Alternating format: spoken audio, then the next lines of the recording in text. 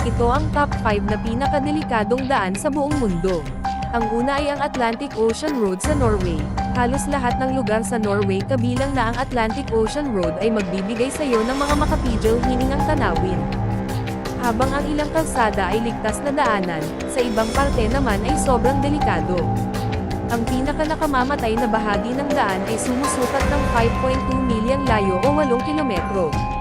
Ito ay naging delikado dahil sa bigla itong umaangat ng 300 talampakan sa patagilid na anggolo.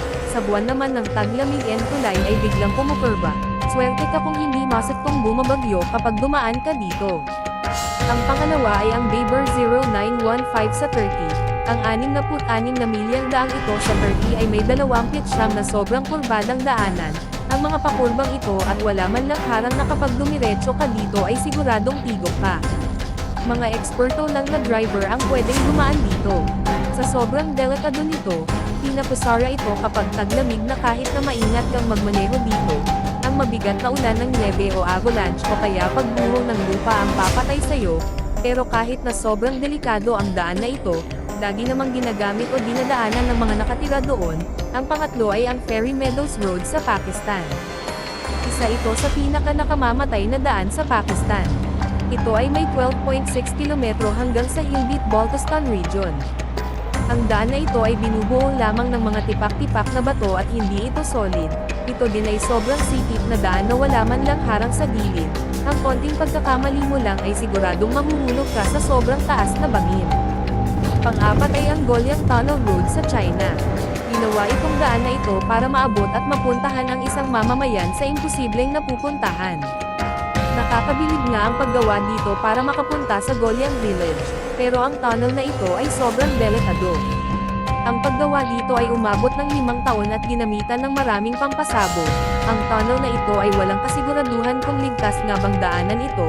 Hindi din pwedeng magkasalubong ang dalawang sasakyan dito dahil ang daan ay sumusukat lang ng 3.5 metro ang lapad. Ang daan na ito ay sobrang delikado dahil sa walang ilaw kapag madilim, madami din gumuguhong mga bato at madalas din gumuho ang mga lupa dito. Sobra ding mahamog at sobrang madulas ang daan na ito, kaya naman walang kasiguraduhan kung mabubuhay ka pa kapag natsyempuhan mo ang mga ganitong pangyayari. Panglima ay ang Killer Trapani Road sa India. And daan na ito ay may haba na 113 kilometro na dadaan sa Kishore na isang bulubunduking lugar sa India. Ang daan na ito ay nagtala na ng mahigit na 100 katao na ang kinitil ang buhay. Sa simula ng daan na ito, mayroon itong napakalalim na bangin na sumusukat ng 2,500 metro. Ang daan din na ito ay walang harang sa gilid na pwedeng pumihil sa iyo sa paghulog. Sa taas naman ng daan na ito ay may mga batong nakaabang sa iyo na kada minuto ay pwede kang bagsakan. Katulad sa Goryeo Tunnel, ang daan na ito ay walang kasiguraduhan dahil gawa lang din ito ng mga taong nakatira doon. Ang mas malala pa dito ay daan-daang taon nang nagawa ito at ni isang sira ng daan ay wala pang gumagawa dito. Sa sobrang kitid pa nito at sakto lang ang isang sasakyan para makadaan. Ang pang-anim ay ang North Llanos Road sa Bolivia. Ang North Llanos Road ay tinaguri ang pinakadelikadong daan sa buong mundo. Ito ay dahil sa sobrang taas nito, sobrang kitid ng daanan at wala man lang mga harang sa mga gilid. Ang daanan na ito ay sumusukat ng 80 kilometro na kumukonekta sa Coroico at sa La Paz. Ito ay parte ng Cordillera Oriental Mountain Range, ang pinakamataas na parte sa Bolivian Road na sumusukat ng 4,600 metro o 15,091 feet. Itong daan na ito ay wala ding harang sa gilid at sumusukat lang ng 3-5 metrong lapad. Ang tinaguri ang pinakadelikadong daan sa buong mundo ay pinangalanan ding Road of Death. Noong 2006, mahigit 200 at hanggang 300 tao na ang namatay dito taon-taon.